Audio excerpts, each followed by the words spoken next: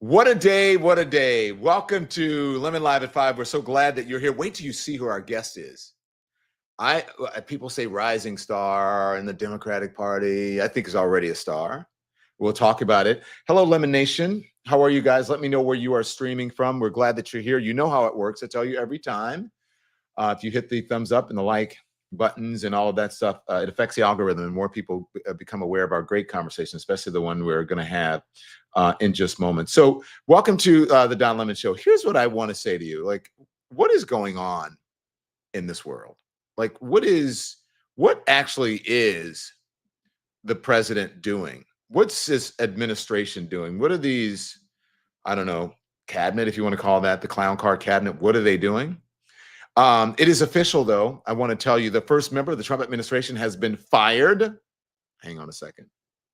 The president finally, at long last, caved to public pressure. He doled out a tiny crumb of accountability to his reckless national security advisor, and that is Mike Waltz. Remember him? He is of the Signal Gate, Jonathan, what's his name? Goldberg. Jeffrey Goldberg. I'm sorry? Jeffrey Goldberg. Jeffrey Goldberg, yes. I always get him and Jonathan Greenblatt mixed up. I did that this morning. You guys remember that? So of Signalgate, Jeffrey Goldberg scandal, right? So he has fired his national security advisor, Mike Waltz. He did for about an hour and then arguably gave Waltz a promotion, perhaps. So we have so much to discuss this evening. And finally, I'm so lucky to have a fantastic guest on. And I'm not going to read his name. You can bring him up. I'm not going to read his name because that always screws it up. When I read names off of the teleprompter or off of notes and they don't sound like kind of what I know what they are. But Congressman Suhas Subramanyam is here. So thank you for joining us. We appreciate there's a funny video too. But anyway, how you doing? I'm doing well. How are you doing? Are you talking about the TikTok video? Yeah. How did I do? I did okay, right? You did great. Subramanyam. Yeah. There you go. Kind of like onion, but I'm trying to figure out a better word than onion because people associate me with an onion. I don't know how it works out. Well, you did yam, right? You did the yam. Kind of. It's like yum at the end though. So Subramanyam. Or just think of just say mom, even though it's in, but it sounds the same. Yeah. You're way better than the Republicans. So listen, I think he is a fast growing star, or even growing into a bigger star as a freshman congressman. So thank you for joining us in Virginia. Hey, he's so human and real. I just want to show you the video that he put out because people pronounce his name so terribly. Here it is. Oh, hey there, Suhas here. So I've been hearing a lot of interesting pronunciations of my name. Congressman Subramanyam. And Suhas Subramanyam. Mr. Subramanyam. Subramanyam, thank you, Mr. Chairman. Sorry. That's okay. So anyway, I thought I'd clear the record. It's Subramanyam. So it's kind of like Superman, but it's also kind of like onion. And some people know it as fun yum, but whatever it takes for you to remember, it's Subramanyam. And so call your member of Congress and your local reporters and tell them it's Suhas Subramanyam. Thank you. Thank you, Suhas Subramanyam. So, I just realized I like Funyuns, a certain demographic. And so maybe it's somewhere in there. Okay. I said Funyuns, and then like a teenager was like, "What's a Funyun?" And no way. Shocked, yeah.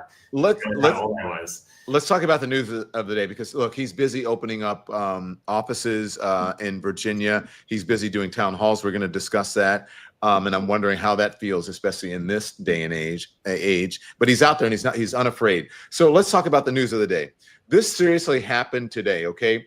Roll it. This is Mike Waltz, the announcement on Fox News.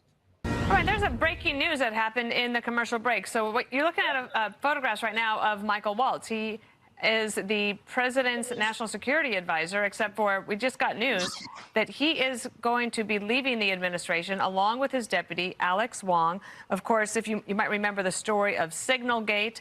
I don't know if that's for a particular reason, but there was some consternation among some people about Mike Waltz, who you might remember was a congressman, Green Beret, a long history and career in foreign policy. And I believe Okay, and then just minutes later, it seems like maybe an hour or so later, we had this headline, Congressman, and it was a little confusing. Well, not a headline, but it's actually Donald Trump saying, "I am pleased to announce that I will be nominating Mike Waltz to be the United States ambassador to the United Nations from his time in uniform on the battlefield in Congress and that's my national security advisor." Okay, that was short.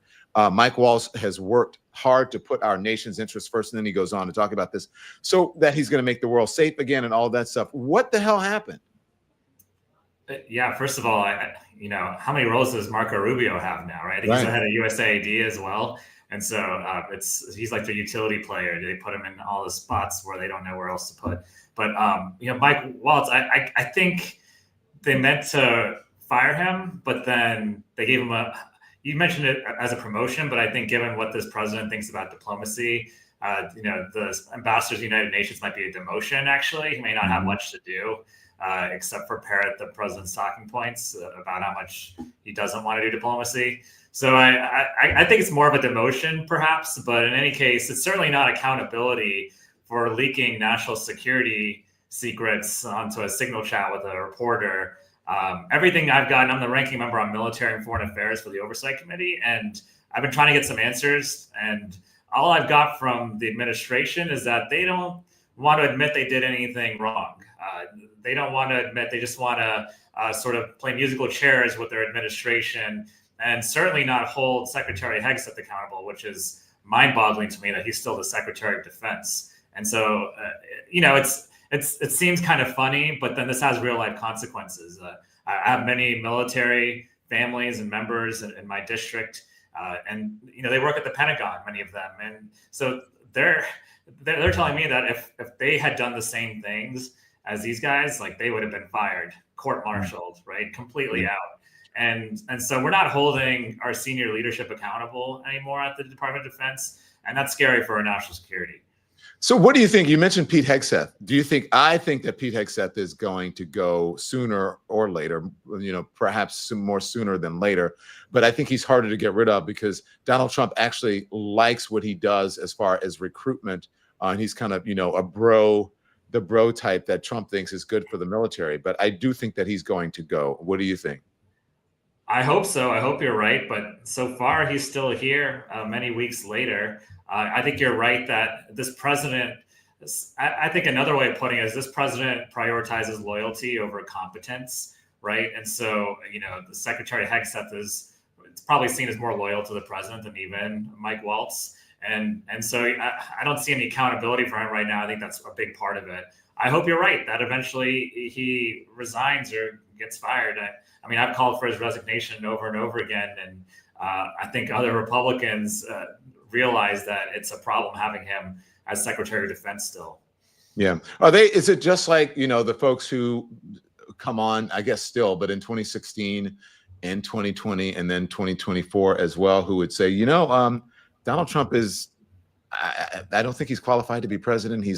I can't even say the words here. I don't want to say them. And then they get on television and they say a completely different thing. So are Republican lawmakers behind closed doors or in private saying bad things or that they're not sure, that they don't have any confidence in Pete Hegseth, but they won't say it publicly? You see a little bit of that. I think you see more of just an awkward silence when the subject comes up outside when the cameras are off. Certainly when the cameras are on, they're wholeheartedly defending everything this administration says and does. And that, the talking point I keep hearing is not acknowledging that a mistake was made with Signalgate or by Secretary or by Mike Waltz, but rather just repeating the talking point that the mission went well, right? And I don't think the mission went well if you're leaking the war plans to journalists on an unsecured third-party app, right? So I don't consider that success of a mission. And now we're seeing that this is happening on Gmail, that this stuff is happening. He has many other Signal chats as well. And so there's a big widespread problem. And, the Republicans in Congress have no desire to investigate it, at least not on the House side. We're speaking with Congressman Suhas Subramanyam about what's going on in the world today, news of the day, and then we'll talk about what he is doing, which I think is very important. Let's talk about the economy. And the way I want to get at the economy is through these tariffs. because Donald Trump is saying, this is Joe Biden's economy. That seems to be the talking points that they have going forward, except when they thought the stock market was, when it was good, they were saying, well, the stock market is good because of Donald Trump. And the folks know that he's going to be elected, or he just got elected and it's going to be great. And the moment he puts these tariffs in, the stock market tanks, the economy tanks as well. And then this is what he's saying. Trump is sounding like the Grinch. This is what he said. I want you to listen to this about the tariffs and what he expects from Americans as we are going through this terrible economy. Here it is. Mr. President, when will you speak to President Xi of China? That'll happen. I mean, look, right now, and I told you before, they're having tremendous difficulty because their factories are not doing business. They made $1 trillion with Biden, $1 trillion, even $1.1 trillion with Biden selling us stuff. Much of it we don't need. Somebody said, oh, the shelves are going to be open. Well, maybe the children will have $2 instead of $30, and maybe the $2 will cost a couple of bucks more than they would normally. But we're not talking about something that we have to go out of our way. They have ships that are loaded up with stuff, much of which, not all of it, but much of which we don't need. And we have to make a fair deal. We've been ripped off by every country in the world, but China, I would say, is the leading one, the leading candidate for the chief ripper offer. There has never been a country that's been ripped off more than the United States of America. Okay, so here's the thing. Couple of things there. Number one, sounding like the Grinch, we'll get to it. But by the way, I like to call things out, especially if they're lies or mistruths or whatever it is. I think you have to do it in the moment because people will forget about it. This whole idea about $1 trillion and $2 trillion a year, factcheck.org, a number of different organizations have said that is not true, or there is no evidence of that. The second thing is that are we on somehow rationing things? Are we in a dictatorship? Is this North Korea where people can have only $2 now instead of however many dollars that they want? What the hell is going on? Yeah, I mean, you said it best. I mean, I remember reading a story about how if Donald Trump had taken his inheritance and done nothing but put it in an index fund, he'd have more money. Yeah. Right? I feel like it's the same thing with this economy. If he just done nothing these first 3 months, we'd have a pretty solid economy and we'd be back on track. We're starting to see inflation tail off a little bit. And certainly business was starting to pick up for a lot of businesses I was talking to. Now those same businesses feel like, exports are off the table because there's going to be retaliatory tariffs. Things are costing even more than they did 3 months ago. And it's directly attributable to Trump's policies. We have federal workers in Northern Virginia. I know that's not a nationwide thing, but, just generally people are getting fired across the board at companies now. And it's a really bad economy, and it's all because of his policies. We were in a good spot. Things were getting better, and now things have gotten a lot worse. And I also talked to the Port of Virginia, and they're worried about starting to see empty ships come. Basically, we're going to start seeing a situation where we're not going to have stuff come to the United States because it's cost prohibitive for people, and so. His whole thing about the toys, like it's basically like a let them eat cake type of moment there. I mean, it's so completely, I wonder that last time he was actually at a grocery store, right? Like, does he even see the prices go up? Does he even care, right? Like, I've got 2 kids, things are more expensive as a parent now. And so it's just very frustrating how out of touch he is right now. Well, it is. And if you've lost the New York Post, which is a Rupert Murdoch, very conservative newspaper, this was the cover today. Skimp on the Barbie. Trump admits tariffs will raise some prices, cause shortages. Maybe the children will have $2 instead of $30. Now, again, that is the New York Post, which usually they had been in the past, are on Donald Trump's side. They carry his water. You think he's losing?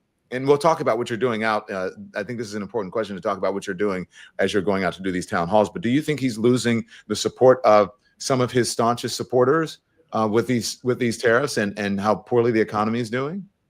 Yeah, it's hard to say because I try to tune in to some of the conservative media to see what they're saying. And it feels like it's all propaganda now. Like it's great to see the New York Post. I've started seeing a lot from the Wall Street Journal as well, criticizing the president. But there's a propaganda machine on the right that is completely devoid of facts, that just tries to feed excuses for the president over and over again. And I see that at town halls in the community too. I'll talk to folks who only get that kind of information, and I have to correct them a lot of times, and I try not to, because I want to hear what they have to say. But a lot of people, I had one person say that the tariffs were Joe Biden's fault, and I had to do a lot of correction on that. I couldn't help myself there. But I think most conservative voters are actually saying that give the president time. He's playing 4D chess. He's the master negotiator, the art of the deal, such a good businessman, right? And I keep hearing that, and I don't know how much evidence they're going to need to get to a place where they realize what's going on and what he's doing to our country. But certainly there's some folks who are starting to peel off. I looked at these special elections. I look at the forecast for our elections in Virginia this year, and it seems like there's a lot of Trump voters that have some buyer's remorse, and maybe they're just not as vocal or public right now. Well, if it gets around to Christmas and people can't afford to buy their, I don't know, Sony PlayStations, I'm not sure, or Xbox or whatever it is, so they can't buy it, or they can't afford to buy it, or it's not on the shelves, I think that's going to be problematic. Speaking of, you mentioned the Wall Street Journal. There was a report that last night that came out in the Wall Street Journal that the board of Tesla was looking, that they have started an executive search and that they're looking to replace Elon Musk as their CEO. Elon Musk has denied it. They put out a statement denying it, but this is the Wall Street Journal that's reporting it. And it's a Rupert Murdoch, again, conservative organization. Remember, Tesla had its worst quarter in years. First quarter, I think, down some 71%.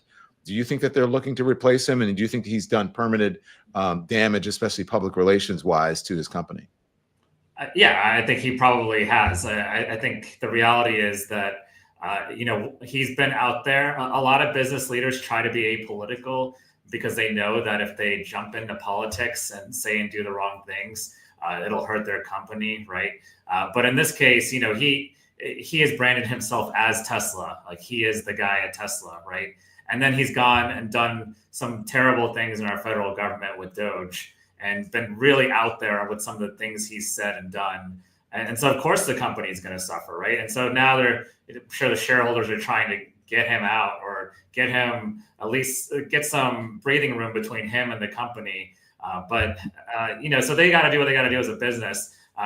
If there's anything I can do to get him away from our federal government, though, if it means him going back to Tesla, I'm all for it, because he's done a terrible job with our federal government, and with the things that are happening, he's leading to a brain drain in our federal government, and a lot of really good people are leaving, and it's leading a void in science, technology, research, as well as just basic services for the American people. But I try not to focus too much on him personally, because even if he leaves, Doge is going to continue on. I think other people are going to do it. They're going to do it in a more quiet way, and maybe a more effective way, in the sense that effective meaning more cuts and more damage without as much bad press around it, right? So yeah. I'm really concerned about that, actually, because this is irreversible damage to our country. Yeah. And by the way, a lot of the people who are, this is some of the folks in your district. These are your constituents who work, right? But folks are saying the irony of that he's getting doged from his own company is what they're saying. Yeah, pretty much. Yeah, that's a good way of putting it. Yeah. Okay, so listen, I want to talk to you in just a minute, but I have some business to attend to. So, Congressman, I want you to stand by, because I want to hear what you're hearing, what's going on out in the world with you and your town halls. So stand by, because we want to tell you that right now that support for the show today comes from none other than Shopify. And when we talk about Shopify, we like to hear this sound, Andy.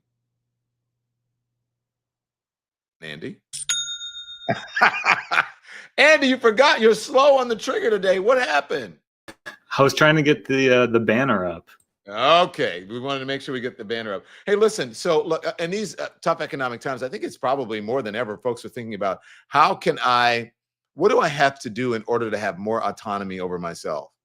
What do I have to do not to have to worry about being laid off or being fired, or at the whim of my boss. Whatever my boss wants me to come in or stay late, I don't get time to spend with my family. I would like to have some autonomy over my life, to be able to spend more time with my family, to be able to build something of my own, to be able to start a small business and become an entrepreneur. And that is where today's sponsor comes in. And that is none other than Shopify. Okay. So Shopify can help you turn your dreams into a reality. It can help you with a small business. It is the commerce platform behind millions of businesses around the world and 10% of all e-commerce in the US, from household names to brands that are just getting started like us. And remember, we're starting our commerce store on Shopify, our e-commerce store on Shopify, when we get our merch that's in the sample stages now, where we're testing them and looking at them. It's going to be an e-commerce site that will be on the Shopify platform. So you're going to need to design a website. You're going to need a social media strategy. You're going to need an email strategy. They have templates to help you do all of that. You can get help with getting people into your knowing about your businesses. So if no one has ever heard of you, Shopify can help you find customers with easy to run email and social media campaigns. And if you get stuck, Shopify always has someone around that they can help you share. They can share their advice and their expertise with you. 24/7 award-winning customer support. So turn your dreams into and give them the best shot at success with Shopify. So guess what? Nothing to lose. $1, you can sign up for your $1 per month trial. Start selling today at Shopify.com/lemon. Shopify.com/lemon. Go to Shopify.com/lemon and turn your dreams into a ching. Okay, thank you very much, Shopify. We appreciate the support. Lemon Nation, look how huge you are. You have sponsors now. We have people fighting to be our sponsors now. Congressman, let's come back in. Let's bring him back in. Congressman, it's very important now. I think more people want to be their own, they want to have some say in their future, right? The trajectory of their lives, not just their family lives, but in their professional lives as well. So a lot of people are becoming entrepreneurs, or either they're being forced to, right? A lot of people are being let go. Like folks who are in your district. Now, you've been out and about, and I want to talk to you about that, because folks are upset.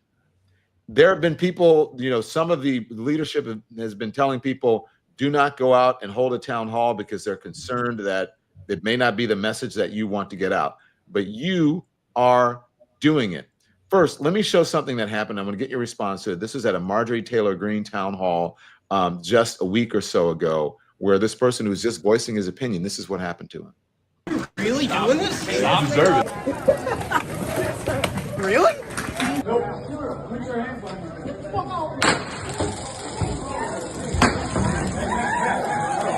hands up. Protest is outside. Bye. This is a peaceful town hall. If you want to sit and listen, you're welcome to listen. What is that? The illegal alien? I don't know. They support illegal aliens. Thank you. Now, what do you think of those people? Look, I think that you should voice your opinion. And if you can avoid being disruptive, you could, but that's really kind of what the First Amendment is about, is being able to protest and freedom of expression. Are you seeing anything like that? And what do you think of that? Yeah, when people call things out at my town hall, I've had it happen a couple of times. I usually just have them step up to the mic and just say what they need to say, right? I don't know, but yeah, I understand them being disruptive, but I would say overall,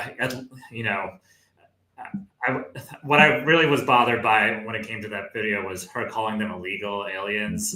Some of the things she was calling them were just really disturbing, and really just the rhetoric going on with some of this stuff is just really bad. I mean, we're calling U.S. citizens illegal aliens, and there's already an issue about shipping them to gulags in El Salvador, right?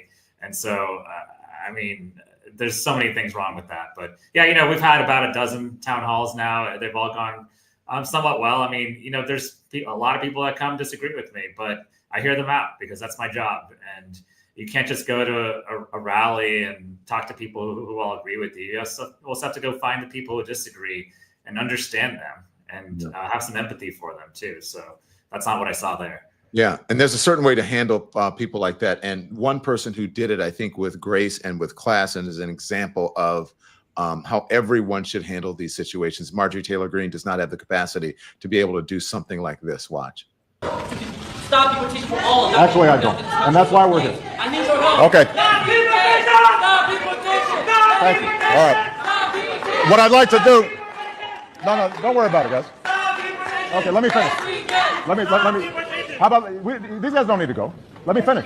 I respect the passion of these young people because they feel deeply about the concerns for their families. Now, what you need to know when I'm speaking as President of the United States, and I come to this community, is that if, in fact, I could solve all these problems without passing laws in Congress, then I would do so. But we're also a nation of laws. That's part of our tradition.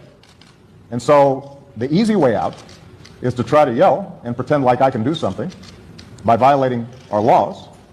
And what I'm proposing is the harder path, which is to use our democratic processes to achieve the same goal that you want to achieve. But it won't be as easy as just shouting. It requires us lobbying and getting it done. So, not so hard if you know how to do it. That feels like so long ago, right? All right. What's happened since then? I know. I'm like, oh, damn. Miss that guy.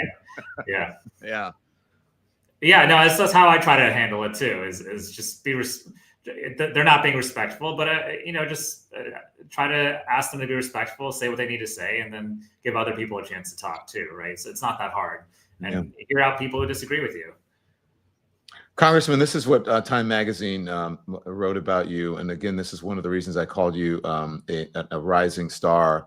A new congressman's wild first month is consumed by Trump. Now, you have been holding these town halls throughout your district, and so tell me what you're hearing. You told me how it should be handled. Why is it important to get out there? Even you're going to face some resistance, I'm sure.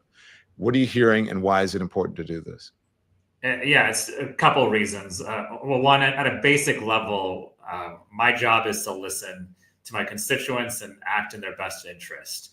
And so how do I listen to my constituents if I don't give them a forum to talk to me, right? And especially face-to-face. There's nothing that beats face-to-face. We answer tens of thousands of emails and we answer the calls, but really the face-to-face, they deserve that opportunity with me.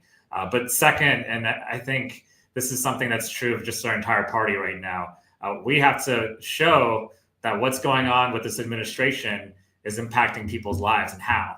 Right. So a cut to Medicaid is impacting every single American, both people on Medicaid, there are millions of Americans on Medicaid, as well as people not on Medicaid whose premiums are going to go up, whose access to hospitals is going to go down. Right. We have to make those connections. It's not so obvious, especially when a lot of Americans are getting their news from very biased sources that don't want to talk about those things or want to skew the truth. And the second thing is we have to be a good alternative as Democrats. We have to show that we have policies in place that will be better, that will make their lives better, right? And so I see that as also my job is to talk about what I've been doing in Congress positively, like what I want to do when it comes to lowering costs, right? Not just talk about prices going up because of the other guy and because of this administration, but what I'm going to do for the American people and for my district. So all those things are really important, and I think just talking to our constituents face-to-face is the best way to do that. Democrats are getting a lot of criticism for folks who are believing they're not standing up, they're not being strong enough, they're not pushing back enough, they're not connecting, they're not human enough. And the most important thing I think that we hear we hear all those things on this program, but also that they're not making any room or giving any oxygen to young people like you and others in the Democratic Party. What say you about that? Yeah, I don't know if it's an age thing either, because there's very senior members in our caucus that are doing really interesting and good work. And so just because someone's old doesn't mean that they're not a good communicator, that they're not doing a good job fighting this administration. I think you're right about that. And when I think people have, when I say they have, they're outdated, but I'm talking about ideas. Like Bernie Sanders is an older person. He will admit that. But what he some of the things that he's fighting for, his positions on things are young and they're progressive and they relate to young people and old people as well. So it's where your head is at on your ideas and where you think the country should be headed. Yeah, you know, I kind of came into this job and I'm like 120 days in, right? But who's counting? But when I came in, I was sort of like— You're a veteran now. You're an old pro. I'm a veteran now. But I was sort of like, I can't believe I'm here. And this is surreal. And, you know, I have the ability to go on the House floor and make a speech. So why not go every chance I get, right? Well, I have the ability to call a town hall at my local elementary school. So why not do it, right? And so the way I looked at it was, I've got all these tools that everyday Americans, like I was not so long ago, don't have. Why not use them, right? And apparently, you know, I don't consider that cutting edge, but I don't consider that, you know, new or in any sort of way. But I do think it's effective. And I know a lot of other, you know, I do other stuff too, like TikTok videos. I've done some lip syncing. I've done some funny videos. But my whole goal is to just try to get a message across to people about what I'm doing, what, you know, we're doing, what's going on in DC. And if I can do that, especially to people who don't watch MSNBC or CNN, right? I think that's a big win, right? I want to talk to everyday Americans any way that they can and anywhere that they're listening or watching. Sometimes it's, you know, when you're too close to it, you've been at it for so long, you don't see, as they say, I hate this cliche, but the forest for the trees. What has been the most frustrating thing to you? You know, because you're not part of, I don't believe you're part of the machine yet or the bureaucracy. You're fresh eyes and you have fresh ideas coming in. What's a frustration for you? It's not a frustration. I'm still trying to feel out what I'm supposed to do or what I'm allowed to do, what I'm not allowed to do. There's a lot of things I'm not allowed to do that I've done. You can't do that though. That's not what the people want, but go on. Right. So I was told actually when I first had the idea of an in-person town hall, I think almost every legislator I talked to said that may not be a great idea. You're just going to yell that for several hours. And I just kind of did it anyway, eventually. And I had it in person. I didn't vet the questions. I answered every question people asked me for better or worse. And, you know, it was successful in the sense that people had a forum to share their ideas. They were frustrated and maybe with me, but certainly at the situation. But they respected me for hearing them out. And then I did it again and again. And then other people started doing it too. And so I think I'm trying to figure out, you know, when should I, you know, push the boundaries? And I've started doing that more and more. You know, sometimes it's been successful, sometimes not as much, but I'd like for us to at least think outside the box, because right now we're on the wrong side of a trifecta.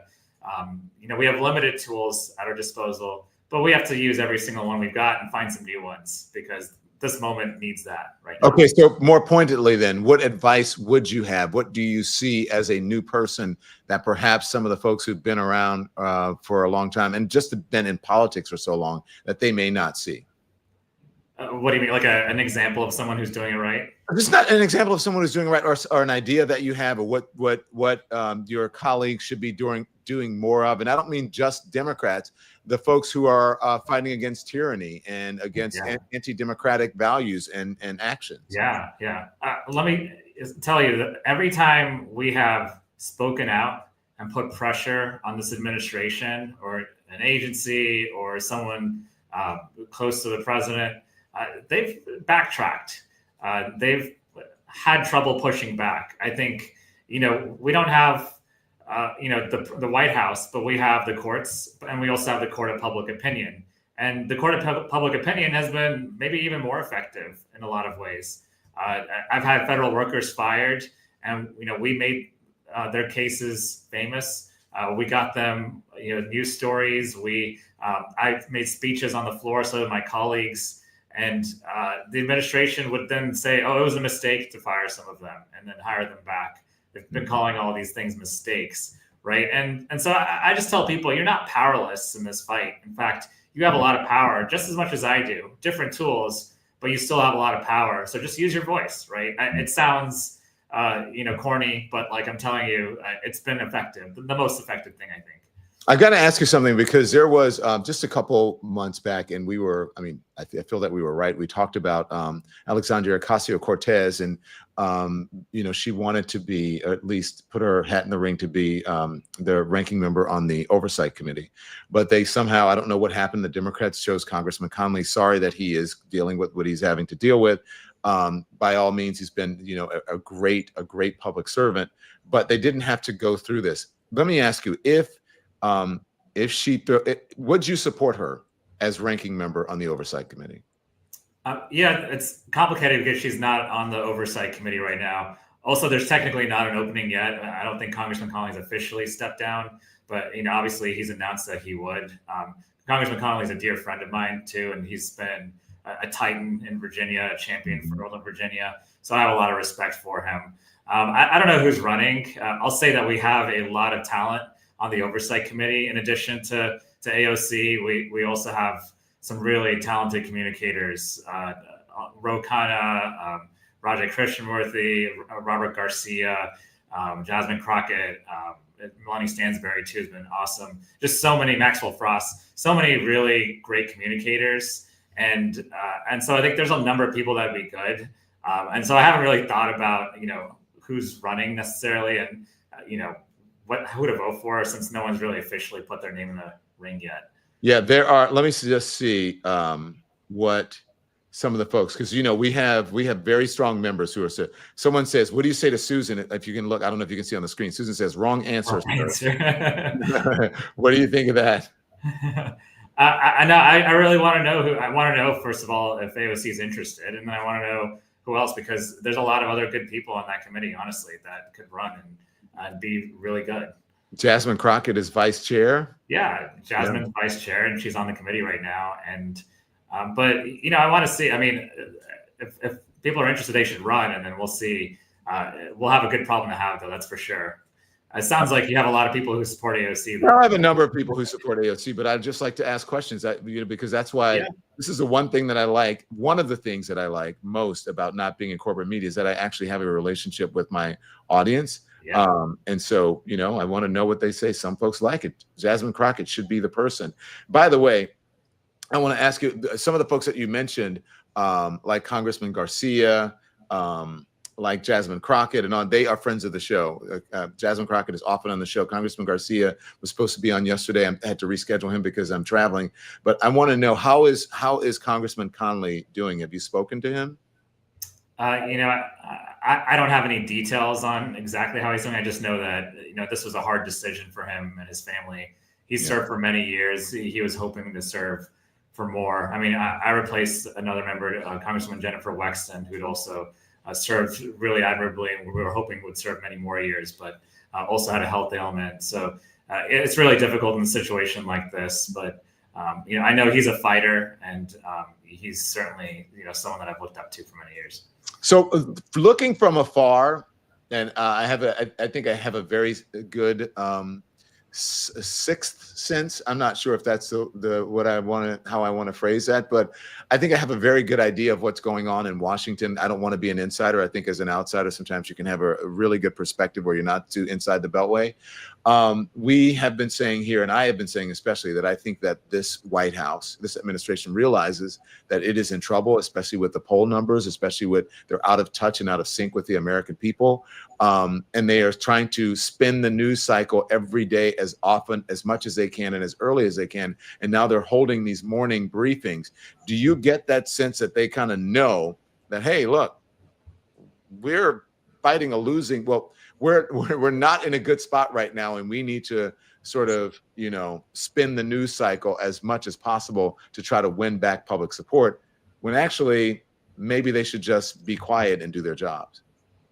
It's hard to tell, because they may believe their own delusions sometimes. They may feel like, oh yeah, you know, there's nothing that we can do wrong. We're going to be in power forever. We're looking forward to that third Trump term, right? I think sometimes they feel like the things they feed people is true. And sometimes, you know, if you convince yourself that of an unfactual thing, eventually you might think it's true, right? That might be some of what's happening, but it's certainly, I don't expect them to be quiet, that's for sure. And I expect that they're going to continue to try to flood the zone with bad ideas that are going to hurt the American people. And so we're just going to flood it right back. That's the way I look at it. Congressman, it's been a delight to speak with you today. Thank you for coming on, and we wish you the best of luck. And keep fighting, keep fighting. Congressman Suhas Subramanyam. You got it. Thank you. For that. How did I do? Did I do okay? You did great. Yeah. Thank you very much, and we appreciate you coming on. So everyone, there he is, the congressman who's out there fighting the good fight, also being very open and very candid about, answering questions. So I appreciate that. Congressman, thank you. We'll see you later. All right, get him out of here. Click him off. We'll see him next time. So subscribers, thank you. I hope that you're a subscriber, and I hope that you guys have become a member. And I appreciate you joining. Look, I have something that is very important to do that I have to get out of here a little bit early. So again, you know how we appreciate your support, and we'd love to inform you, and we love to have shows sometimes like today where we just introduce you to people who are doing good things. People are always saying, well, what are the Democrats doing? Why are you always reporting on the people who are doing the terrible things that we have to talk about Trump so much? Well, I like talking to folks again who are doing good things and introducing them to our audience and our almost 700,000 subscribers. So make sure you hit the thumbs up. Make sure you hit the like. The thumbs up affects the algorithm, and more people become aware of us. It is true. I hate to say it all the time, but that is the truth.